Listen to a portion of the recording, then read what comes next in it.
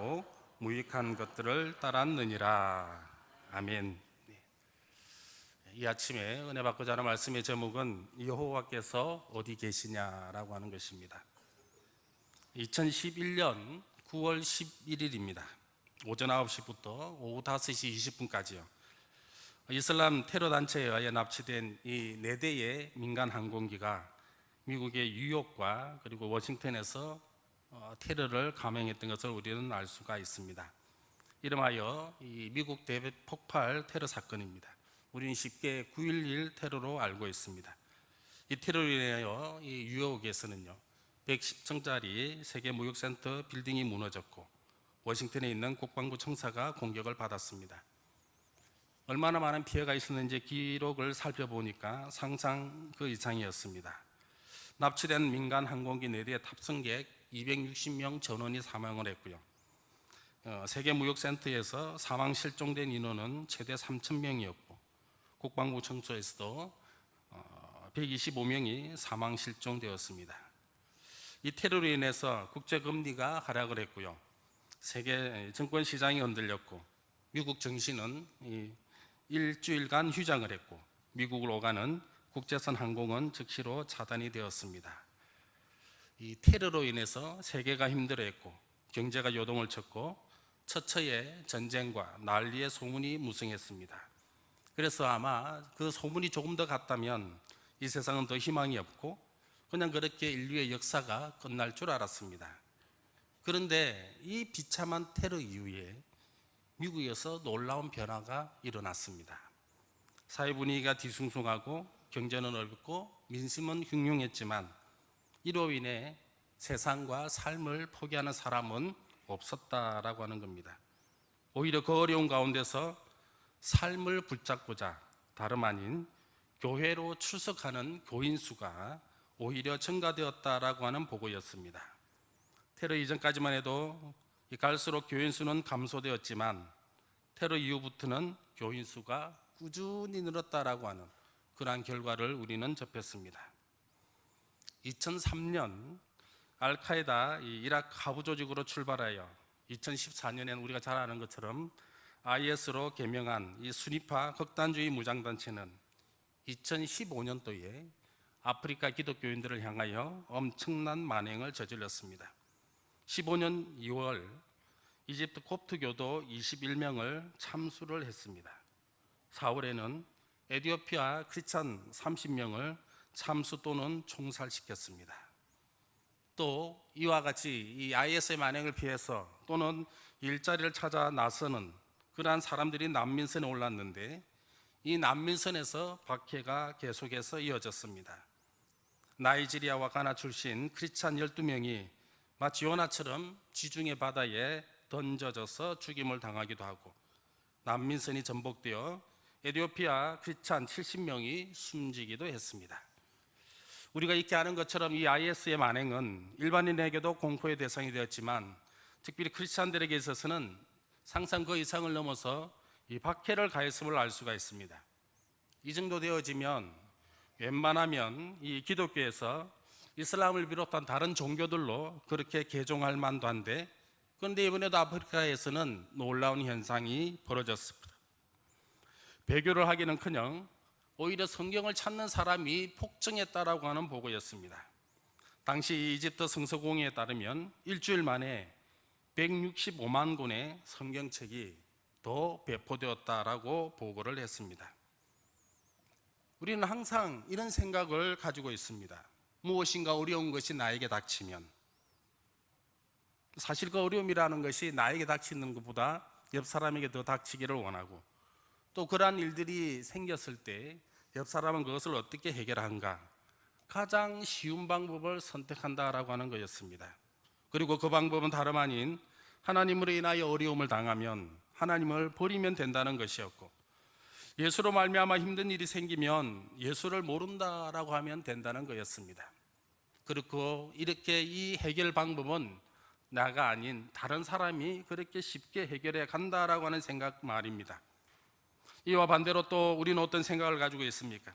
하나님께서 우리에게 온갖 복을 허락하여 주시고 건강 주시고 물질의 복을 받아서 우리가 명예와 권력이 높아지고 커지면 하나님의 그 하나님 은혜에 감격하여 평생을 잊지 아니하고 하나님께 감사하고 하나님만을 신뢰하며 살 수 있을 거라고 하는 그러한 생각 말입니다. 하나님께서 나를 이렇게 만들어 주셨는데 내가 어찌 그 하나님의 은혜를 잊을 수 있겠느냐라고 하는 그러한 지극한 논리로, 단순한 논리로 우리는 살아왔다라고 하는 것입니다.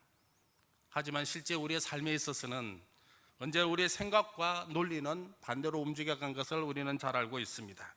나에게 어려움이 닥치면 닥칠수록 쉽게 해결해 가고 좋은 일이고 기쁜 일이면 그것이 평생을 갈 줄 알았는데 그러한 일들은 나에게 일어나지 않았다라고 하는 것입니다.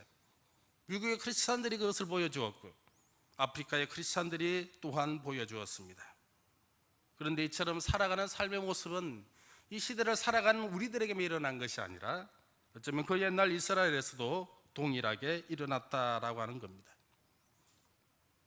우리가 잘 알고 있는 것처럼 이 예레미야서는요, 이스라엘 중에서 이 남유다를 향한 하나님의 말씀을 기록한 책입니다. 그렇다면 왜 예레미야서가 남유다만을 향할 수밖에 없었느냐라고 하는 생각이 들 겁니다. 그것은요, 이미 오래전에 북이스라엘이 멸망당하고 없었기 때문입니다. 그래서 예레미야서는 이 남유다만을 향하여 지금 그렇게 예언을 하고 있습니다. 뿐만 아니라 예레미야서에서는 하나님의 말씀을 직접 듣고 들은 그대로 전하는 선지자는 예레미야라고 하는 선지자였습니다. 그리고 우리 이 예레미야에 대해서 우리는 눈물의 선지자다 그렇게 이야기를 하고 있습니다. 실제로 그는 울면서 하나님의 말씀을 전했던 것을 우리는 발견합니다. 왜 예레미야가 울보가 되었습니까? 그것은 자기의 동족을 향하여 하나님의 심판과 멸망의 소식을 증거했기 때문입니다. 자기의 동족을 향하여 그 엄청난 소식들을 전했기 때문이었습니다. 단순히 심판의 대상이 동족이었기 때문에 울었을까요? 하지만 이 한 가지 이유만은 아닐 것입니다. 오히려 예레미야는 하나님이 어떠한 분이신지, 하나님이 얼마나 엄격하신지 바로 그 모든 것을 분명히 알았기 때문에 그래서 그는 울 수밖에 없었던 것입니다. 우리가 잘 아는 것처럼 북이스라엘은 BC 722년 아수르에 의하여 멸망을 당했습니다. 역사가들은 당시에 있어서 가장 강대국이 아수르였으므로 이 강대국 주변에 있는 약소국이었던 이 북이스라엘이 멸망당하는 것은 역사에 있어서 당연한 결과가 아니냐라고 이렇게 이야기를 합니다. 하지만 우리는 이 북이스라엘이 멸망한 것에 대하여 그렇게 간단하게 대하고 있지는 않습니다. 하나님은 이 북이스라엘을 대상으로서도 꾸준히 심판의 말씀을 전했습니다. 엄중히 경고했습니다. 만약 이 이야기를 듣고 내게로 돌이키지 아니하면 멸망시키겠다고 하셨습니다. 그런데 이 북이스라엘은요, 끝내 하나님의 말씀을 듣지 않았고 죄악과 불순종에서 돌이키지 않았고 돌아오지 않았습니다. 결국 하나님은 처음에 약속대로 이 북이스라엘을 멸망시키고 말았던 것입니다. 예레미야는 이처럼 100년 전에 일어났던 이 북이스라엘의 멸망의 그 이야기의 처음과 끝을 분명하게 알았습니다. 북이스라엘 하나님께 돌아가기를 거절했으므로 하나님의 이 진노의 막대기였던 아수르를 통하여 북이스라엘은 실제로 멸망당하고 말았다라고 하는 그 내용입니다. 사랑하는 성도 여러분, 이 자신의 동족이었던 이 남유다를 향한 예레미야의 눈물의 호소가 혹시 이해가 되어지십니까? 그가 단지 선지자였으므로 어쩔 수 없이 심판을 전할 수밖에 없었으며 동시에 울 수밖에 없었다라고 하는 것이 아니라 100년 전에 일어났던 그 사건, 그것을 분명하게 기억하며 어쩌면 그때의 그 심판의 사건이 이제 이 동족 가운데 임할 수밖에 없음에 대한 바로 그 안타까움의 눈물을 우리는 이해하고 있느냐라고 하는 것입니다. 유다 백성, 그렇다면 어디에서부터 그 잘못이 시작이 되었습니까? 예레미야 2장에서부터 25장까지 보시면 여기에는 유다 백성들이 하나님 앞에서 무엇을 잘못했는지 12가지로 기록을 하고 있습니다. 그리고 오늘 우리가 보았던 이 2장 1절에서부터 3장 5절까지는요, 그 중에서도 첫 번째, 12개 중에서도 첫 번째 남유다 백성이 무엇을 잘못했는지를 그렇게 보여주고 있습니다. 그런데 2장 1절에서부터 3절까지의 말씀을 보시면요, 유다 백성들이 무엇을 잘못했느냐라고 하는 것을 구체적으로 지적하기에 앞서서 먼저 유다 백성이 누구인지를 말을 해주고 있습니다. 누군가의 잘못을 지적할 때 그 잘못한 내용들을 단도직입적으로 이야기를 할 수도 있습니다. 이것도 잘못이고 저것도 잘못이다. 그런데 이렇게만 하다 보면 당사자나 제3자의 입장에서는 혹시 이런 생각도 할 수가 있습니다. 야, 그것이 진짜 잘못이냐라고 하는, 뭐가 대단하지도 않은 것 같은데 그걸 왜 잘못이냐라고 이렇게 이야기를 할 수도 있다라고 하는 겁니다. 그도 그럴 것이 당사자 간의 관계를 정확하게 알지 못하면 어느 한쪽 편에서는 죄라고 하지만 실제로 죄가 되지 않는 경우가 있기 때문입니다. 가령 예를 들어서 부모를 부양하지 않으면 죄가 된다라고 가정을 해봅시다. 물론 실제로 이건 죄가 되기도 합니다. 부모를 부양하지 않아서 죄가 되는 경우가, 이 둘의 관계가 부모와 자식 간의 관계일 때 충분히 죄가 되지만 서로가 남남일 때는 죄가 아닐 수도 있다라고 하는 겁니다. 따라서 2장 1절에서부터 3절에서 밝히고 있는 이 내용, 유다 백성이 누구인가, 유다 백성과 하나님과의 관계를 보다 더 명확하게 밝힘으로써 이들의 죄악생을 아주 더 명확하게 하려고 하는 바로 그러한 것임을 알 수가 있습니다. 2장 1절에서부터 3절의 내용을 보시다가 우리는 2절에 있는 이 청년 때의 인애와 신혼 때의 사랑이다라고 하는 이 부분을 우리는 기억하셔야 될 겁니다. 그리고 청년 때의 인애, 신혼 때의 사랑, 그래서 각각을 막 이렇게 또래또래가 이야기를 하는 것처럼 보이지만 실제로 이 청년의 때에 결혼을 하게 되므로 청년과 신혼은 같은 의미입니다. 뿐만 아니라 인애와 사랑이다라고 하는 이 말도 같은 의미이므로 청년 때의 인애, 신혼 때의 사랑이다라고 하는 것은 실제로 동일한 뜻을 두 번 반복하고 있는 바로 그러한 부분입니다. 그럼 이스라엘에게 있어서 청년의 때는 과연 어떠한 때였습니까? 바로 애굽에서 탈출하여 광야를 지날 때가 이스라엘에게 있어서는 청년의 때다라고 하는 겁니다. 왜냐하면 애굽에서의 이 노예로 있던 시기에서 시작하여 온전한 민족을 이루어가는 그러한 민족적 인생의 여정 속에서 가장 희망적이고 가장 기대에 부풀어 있던 시기가 바로 애굽을 탈출한 그 이후였으므로 이 시기를 이스라엘에게 있어서 청년의 때다라고 이야기를 하고 있는 겁니다. 결국 청년의 때 그리고 신혼 때라고 하는 것은 출애굽 과정 속에 있는 이스라엘 백성들을 의미하고 2절 마지막 부분에서도 보면 다시 한번 씨 뿌리지 못하는 땅, 광야라고 언급을 해주고 있습니다. 그런데 바로 이 시기에 이 출애굽 당시의 사랑을 하나님께서 기억한다, 그렇게 기록을 했습니다. 그것은 출애굽 과정 속에서 하나님이 이스라엘을 얼마나 사랑했느냐, 또 반대로 이스라엘 백성들 하나님을 얼마나 사랑했느냐라고 하는 바로 그것을 기억한다라고 하는 것입니다. 종합하면 이스라엘 백성들은 자기 손에 아무것도 없는 상황 속에서 그 누구를 의지할 수밖에 없었는가, 광야길 그 속에서 정말 참으로 신뢰해야 될 대상이 누구였는가라고 하는 그것을 분명하게 보여준다라고 하는 것입니다. 우리가 한번 생각해 보시겠습니다. 애굽의 노예로 있던 자들이 어느 날 갑자기 그곳으로부터 나왔습니다. 다 함께 모여가지고 몇 월 며칠 날 우리가 탈출할 때니까 준비하고 있다가 그날 다 나가자, 그렇게 계획하고 나서지 않았습니다. 어느 날 자고 일어나 보니까 온 애굽 땅에 첫 태생의 죽음이 임했고 전국적인 곡소리가 나는 가운데에 가라고 하니까 그냥 나왔습니다. 먹을 것 하나 없이 마실 물 한 병 가지지 않고 그냥 그대로 나왔습니다. 물론 그들의 손에는 애굽 사람들로부터 탈취한 은과 금과 그리고 옷이 있었지만 이 사실 광야 속에서, 사막 속에서 은금이 무슨 소용이 있습니까? 결국 이스라엘 백성들은 하나님밖에 의지할 수가 없었습니다. 그리고 그 하나님에 대한 사랑은 어쩌면 절대적이었습니다. 왜냐하면 하나님을 향한 손을 놓는 순간 곧 그들에게는 죽음이었기 때문이었습니다. 게다가 하나님은 이스라엘 백성들을 어떻게 지켜주셨습니까? 이들을 성물로서, 첫 열매로서 대해주셨습니다. 혹 이들에 대해 누군가 손이라도 댈라 손치면 벌과 재앙을 하나님께서 임하게 해주셨다라고 했습니다. 누가 보더라도 이들의 관계는 끊어질 수가 없었고, 또 누군가와 억지로 관계를 끊을 수도 없었습니다. 단지 이들 사이에 관계가 끊어지는 경우는 하나님과 이스라엘 어느 한쪽에서 먼저 손을 넣는 경우밖에 없었다라고 하는 것입니다. 따라서 우리가 보았던 6절의 말씀에 뭐라고 다시 한번 설명을 하고 있습니까?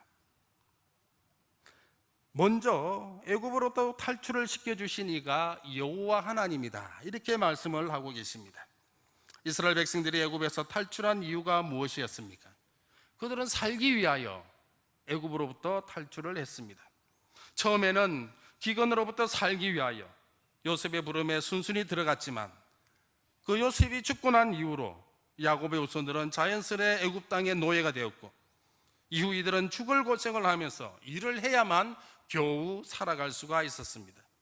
애굽에서 일들이 얼마나 힘이 들었는지 제발 살려달라고, 우리가 힘들어 죽겠다라고 제발 살려달라고 하나님께 부르짖었던 그들을 우리는 기억합니다. 이렇게 살려달라고 부르짖는 자들의 간구를 하나님께서는 잊지 않으시고 그들의 간구대로 이루어 주셨습니다. 이번에도 살려주신 것입니다. 하지만 진짜 살기 위해서는 애굽에서의 탈출로서 만족할 것이 아니라 하나님께서 예비해 주신 젖과 꿀이 흐르는 땅으로 들어가야만 했습니다. 출애굽 이후에서부터 가나안 땅으로 들어가기 전까지의 일들을 6절에서 아주 간단하게 기록을 하고 있습니다. 광야, 곧 사막과 구덩이 땅, 건조하고 사망의 그늘진 땅, 사람이 다니지 않는 땅, 바로 이 땅을 지났다라고 기록을 하고 있습니다. 광야에 대하여서 글로서, 그것도 이 한계 절로서 그렇게 우리들의 간단하게 표현하니까 우리들 감정에 와닿지 않지만, 사실 그 과정에 대하여, 그것도 하루 이틀도 아니고 무려 40년이나 되는 바로 그러한 과정 속을 우리는 크게 공감하고 있습니다. 얼마나 그 길이 멀고 험했는지, 얼마나 그 길이 힘들고 괴로웠는지, 얼마나 그 길에서 살려고 나왔지만 그 길은 사는 것보다 죽는 것이 차라리 쉬운 길임을 우리는 분명히 알 수가 있습니다. 그런데 사랑하는 성도 여러분, 이토록 힘들고 어렵고 괴롭고 죽을 것 같았지만 그 어느 누구도 그 여정 속에서 하나님이 어디 계시냐라고 하는 이야기를 하지 않았다라고 하는 것입니다. 하나님이 계시지 않는다라고 하는 그 이야기를 어느 누구도 하지 않았다라고 하는 것입니다. 만약에 우리 같았으면 어떻겠습니까? 그 힘든 일 속에서 에이, 하나님이 어디 계시냐고 이렇게 분명히 했을 것이고, 에이, 이게 하나님이냐고 이렇게 한마디 하고, 오히려 내가 가고 싶은 길로 가고 내가 하고 싶은 대로 했겠지만, 그 옛날 이스라엘 백성들은 그렇지 않았던 것입니다. 인생에 있어서 가장 어려운 순간에, 인생에 있어서 가장 외로운 순간에도 이네들은 하나님을 잊지 않고 하나님을 저버리지 않고 하나님을 향한 손을 놓지 않았다라고 하는 것입니다. 그런데 예레미야의 시대에 이르러서 이스라엘 백성들, 보다 정확하게 이 유다 백성들은 예레미야 시대에 이르러서 그 하나님에 대하여 어떻게 했느냐라고 하는 것입니다. 그것이 바로 7절과 8절에 나와 있습니다. 어려웠던 광야길을 지나 기름진 땅에 인도한 것으로 그치지 않았고, 기름진 그곳에서 기름지고 아름다운 것을 직접 자기네들의 입으로 먹었음에도 불구하고 이것을 허락하신 하나님께 감사하기보다 오히려 땅을 더럽히고 기업을 역겹도록 했다 기록을 하고 있습니다. 그런데 이들은 단순히 하나님의 땅을 더럽히고 역겹게 하는 것으로 그치지 않았습니다. 8절 말씀 하나하나 보십시오. 뭐라고 기록을 하고 있습니까? 율법을 다루는 자들이 하나님을 알지 못했다 기록을 하고 있습니다. 하나님의 율법에 들어가 있는 하나님의 정신이랄 거예요. 하나님의 사랑이 무엇이겠습니까? 율법 가운데는 하나님의 그 무엇이 들어가 있습니까? 바로 정의와 바로 공의가 그 율법 가운데에 들어가 있습니다. 율법을 통하여 드러내야 될 것이 정의와 공의였음에도 불구하고 이들은 이 정의와 공의를 자기 자신들의 이익과 맞바꾸었습니다. 자기가 아는 사람이면 그쪽에 유리하게 판결했습니다. 혹이라도 자기 손에 무엇인가 하나라도 들려만 주면 그쪽 편을 보란 듯이 들었습니다. 무엇이 옳은 것인지 무엇이 그런 것인지는 전혀 중요하지가 않았고, 오직 내 편이냐 아니냐, 내 손에 무엇을 주었느냐 주지 않았느냐, 그것만을 바로 율법을 다루는 자들이 그렇게 판단했습니다. 또 관리들은 하나님께 반역을 했습니다. 관리라고 그러니까 우리는 그냥 일반적으로 말하는 관리인 줄 아는데 일반적인 관리는 아닙니다. 원래 이 관리라고 하는 말은 양을 치는 목자를 의미를 하는데요, 이 양을 치는 목자는 바로 백성을 돌보는 왕이나 통치자를 의미합니다. 왕, 그리고 이 통치하는 자리, 바로 이 자리에는 자기가 되고 싶다고 해서 마음대로 될 수 있는 자리가 아닌 줄 압니다. 하나님이 허락하셔야만이 가능한 자리입니다. 하나님에 의해서 왕이 되고 하나님에 의해 통치가 되었다라고 하는 것은 무엇을 의미하겠습니까? 그 무엇보다 먼저 하나님을 섬겨야 하고 그 다음으로 하나님의 그 사랑의 심정으로 백성들을 살피고 돌봐야 할 것입니다. 그런데 이 왕이, 그런데 이 통치자가 하나님을 반역한 것입니다. 하나님을 섬기기는커녕 오히려 우상을 섬기는 데 앞장이었고, 백성들을 살피고 돌보는 대상으로 보는 것이 아니라 빼앗고 억압하는 대상으로만 백성들을 보았다라고 하는 것입니다. 따라서 그 백성들은 철저하게 빼앗는 자와 빼앗기는 자로 나뉠 수밖에 없었다라고 하는 겁니다. 뿐만 아니라 8절에 보니까 선지자들은 또 어떻게 했습니까? 가나안 이방인의 이름인 바알의 이름으로 예언했습니다. 이방신의 이름으로 예언했다라고 하는 것은 당연히 그들이 거짓 선지자임을 이야기를 하는 겁니다. 따라서 이 유다 사회는 참 선지자보다 거짓 선지자가 판을 치는 세상이었고, 또 이 거짓 선지자를 위하여 우상을 숭배할 수밖에 없었던 모습임을 우리는 발견합니다. 그리고 마지막으로 결정적인 것 하나가 더 있습니다. 바로 제사장들이 하나님이 어디 계시냐라고 그렇게 말한 것입니다. 6절에서 이야기를 하고 있는 하나님이 어디 계시냐라고 하는 것은 하나님이 실제로 계시다라고 하는 그것을 이야기를 하는 것이고, 8절에서 하나님이 어디 계시냐라고 하는 이것은요, 하나님은 계시지 않는다라고 하는 바로 그 이야기를 우리들에게 보여주고 있습니다. 제사장의 잘못만을 이야기를 하니까 제사장만 잘못이 있는 줄 아는데 이는 그렇지 않습니다. 백성들 역시 잘못이 있었습니다. 누가 먼저 잘못했느냐라고 하는 것은 어쩌면 의미가 없는 줄 압니다. 다만 제사장들은 하나님께 나아가지 않았습니다. 백성들의 재물과 삶의 문제를 하나님께 가지고 가지도 않았고 하나님의 뜻을 찾지도 않았고 그 어떤 것에 대하여도 하나님의 응답도 기대하지 않았던 것입니다. 백성들 또한 우상 숭배에 빠져서 우상에게 재물을 가지고 갈지언정 제사장께는 나아가지가 않았습니다. 결국 제사장들은 백성들의 재물이 없었으므로 먹고 살기가 힘들어지니까 이번에는 오히려 자기네들이 나서서 이방신들을 섬기는 일들에 그 열심을 다하여 생계를 꾸려나갔던 모습을 하나님이 어디 계시냐라고 하는 바로 이 한 문장으로 우리들에게 이야기를 해주고 있습니다. 결국 이 7절과 8절의 말씀은 처음 이스라엘 민족 가운데 있지 않았던 온갖 문제들이 생겨났다. 그리고 이 생겨난 문제들은 바로 그 문제를 넘어서 일상화된 모습을 보여주고 있습니다. 그리고 하나 더 보여주는 것은 그네들이 힘들고 어렵고 괴롭고 가장 힘든 그 시절에 오히려 하나님을 더 찾았다라고 한다면은 먹고 살기에 걱정이 없고 정치적으로 불안하지도 않고 삶의 여유가 생기니까 이제는 하나님을 멀리하고 하나님의 뜻을 저버리고 심지어 하나님이 아닌 우상 앞에 나아가 우상에게 절하는 모습을 우리들에게 똑똑하게 보여주고 있다라고 하는 것입니다. 사랑하는 성도 여러분, 이제 이 말씀을 가지고 우리를 들여다 보아야 할 때가 되었습니다.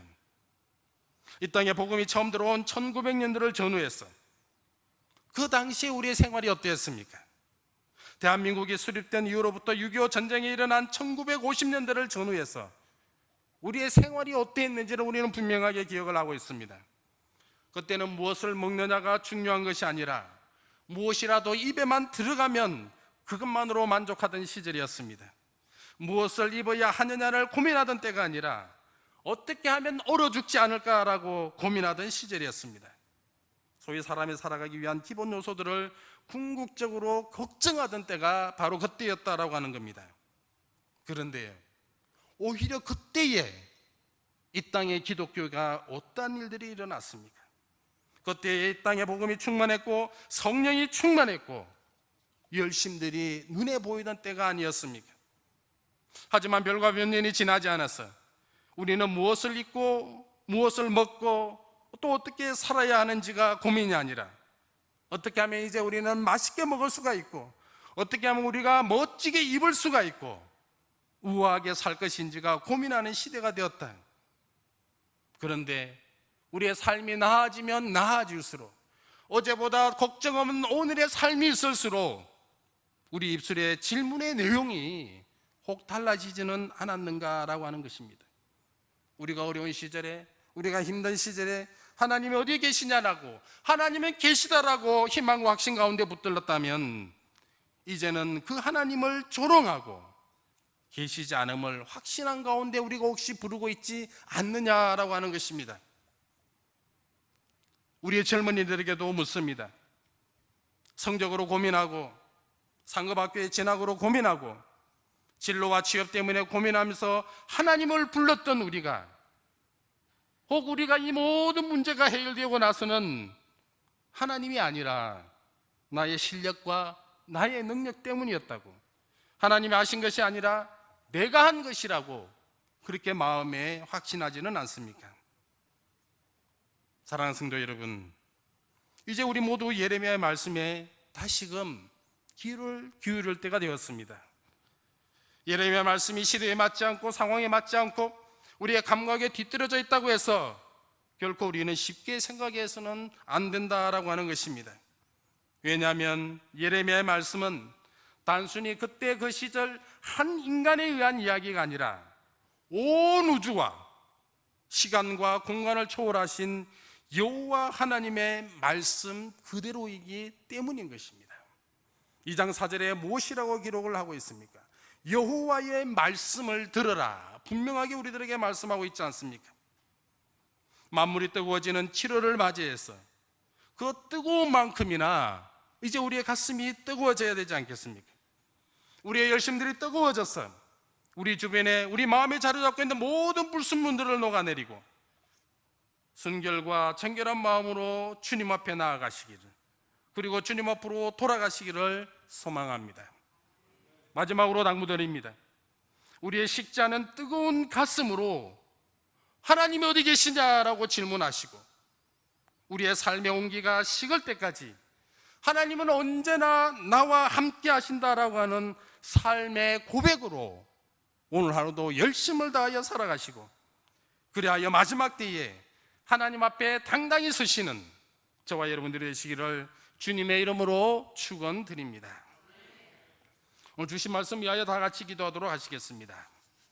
나는 하나님 앞에 어떠한 자로 돌아가겠으며 나는 하나님을 어떻게 찾는 자가 되겠습니까? 주신 말씀 위하여 기도하시고 7월 한 달 우리 가운데 주신 기도 제목 그리고 각자가 가지고 나온 모든 기도의 제목 이 아침에 다 아뢰시고 기쁨으로 자유롭게 돌아가시도록 하시겠습니다. 기도하시겠습니다.